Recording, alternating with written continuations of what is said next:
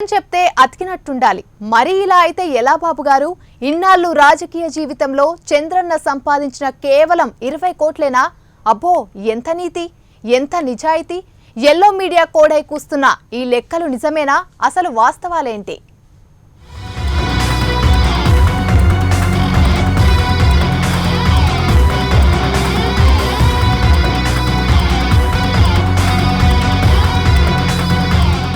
చంద్రన్న ఆస్తులు 20 కోట్లేనా? పచ్చాక్షరాల పేపర్లు చదివితే అంతే అనిపిస్తుంది. ఎందుకంటే వాళ్ళు రాసే రాతలన్నీ అశ్వత్థామ హతః కుంజరః అన్న సెన్స్లోనే ఉంటాయి. 20 కోట్ల రూపాయలు తాటికాయంత అక్షరాల్లో రాసి కింద ఓ మాదిరి పెద్దవాళ్లు కళ్ళజోడు పెట్టుకుంటేనే గాని కనపడినంత చిన్న అక్షరాలతో భువనేశ్వరి ఆస్తులు 648 కోట్లని రాశారు. భువనేశ్వరి గారి పేరు మీద ఉంటే అవి చంద్రబాబు కాకుండా పోతాయా?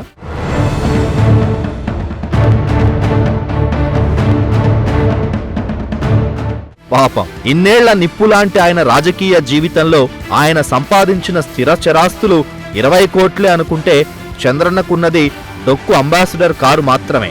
దాని విలువ కూడా 2 లక్షలు. దీనికి తోడు బ్యాంక్ ఆఫ్ బరోడాలో 5 కోట్ల 16 లక్షల రూపాయల అప్పు ఒకటి. పాపం, అస్సలు సంపాదించుకోలేదు. ఎలా బతుకుతారో లౌక్యంత లేని చంద్రబాబు. అసలు విషయానికొస్తే ఆయన నామినేషన్లో ఆయన పేరు మీద తప్ప మిగిలిన కుటుంబ సభ్యుల పేరు మీద 100 కోట్ల ఆస్తులున్నాయి.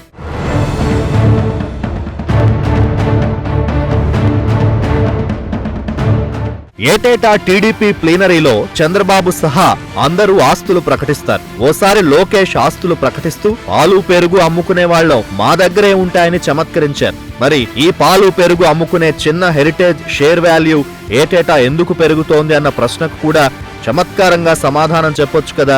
బహుశా పాలు పెరుగు తోడుకున్నాయి అంటారేమో. భువనేశ్వరి పేరు మీద ఉన్న హెరిటేజ్ షేర్ల విలువే 545 కోట్ల రూపాయలు. ఒక్కో షేర్ విలువ 511 రూపాయలు. పాలు పెరుగు అమ్ముకునే చిన్నారి పొన్నారి హెరిటేజ్ లో ఒక్క భువనేశ్వరికే 545 కోట్ల రూపాయల షేర్లుంటే మొత్తం సంస్థ విలువెంతో?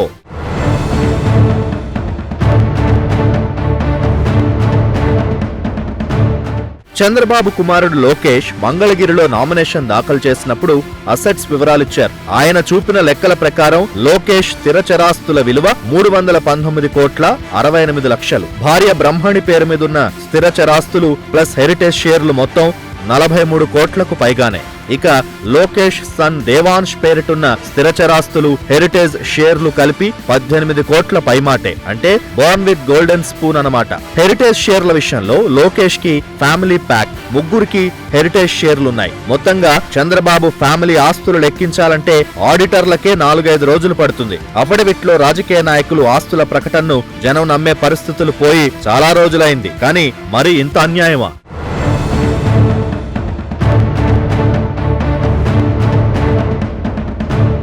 ఒక్క హెరిటేజ్ లోనే చంద్రబాబుకి 1000 కోట్ల ఆస్తులున్నాయి. 2017-18 ఆర్థిక సంవత్సరంలో హెరిటేజ్ ఫుడ్స్ టర్నోవర్ 2344 కోట్లు దాటిందని ఆ సంస్థ వెబ్సైట్ ఫస్ట్ పేజ్ లోనే కనిపిస్తోంది. 5 ఏళ్ల క్రితం కనీసం 100 రూపాయలు కూడా లేని షేర్ విలువ చంద్రబాబు ప్రభుత్వం ఏర్పడ్డాక భారీగా పెరిగింది. లాస్ట్ ఇయర్ సరిగ్గా ఇదే టైం కి హెరిటేజ్ షేర్ విలువ 720 రూపాయలు. అలా షేర్ విలువ అమాంతం పెరిగే తారక మంత్రం బిజినెస్ మేనేజ్మెంట్ సూత్రం చెబితే ఈ కాలం ఎంటర్‌ప్రెన్యూర్ కూడా పనికొస్తుంది. ఆ షేరు విలువ పెరగడం వెనుక చాలా రాజకీయాలు జరిగాయని అప్పట్లో రచ్చ కూడా జరిగింది. మళ్ళీ ఫ్యూచర్స్ గ్రూప్, హెరిటేజ్ మధ్య జరిగిన రాజకీయాలన్నీ తవ్వి తీయాలి. ఇప్పుడు హెరిటేజ్ షేర్ విలువ 520 రూపాయలుగా ఉంది. హెరిటేజ్ లో మాక్సిమం షేర్లు భువనేశ్వరి, లోకేష్, బ్రహ్మణి, దేవాంశ్ పేరు మీద ఉన్నాయి. మరి అవే 1000 కోట్లు కళ్ల ముందు కనిపిస్తున్నాయి. ఇది పాలు పెరుగు అమ్ముకునే చిన్న డైరీ కాదు, మహా వ్యాపార వృక్షం.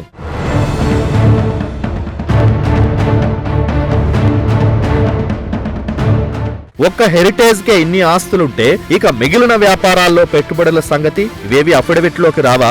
ఆస్తులు సంపాదించడం తప్పు కాదు, కప్పిపుచ్చడం తప్పు. కప్పిపుచ్చితే ఏదో జరిగిందని ప్రజలు భావించడంలోనూ తప్పు లేదు.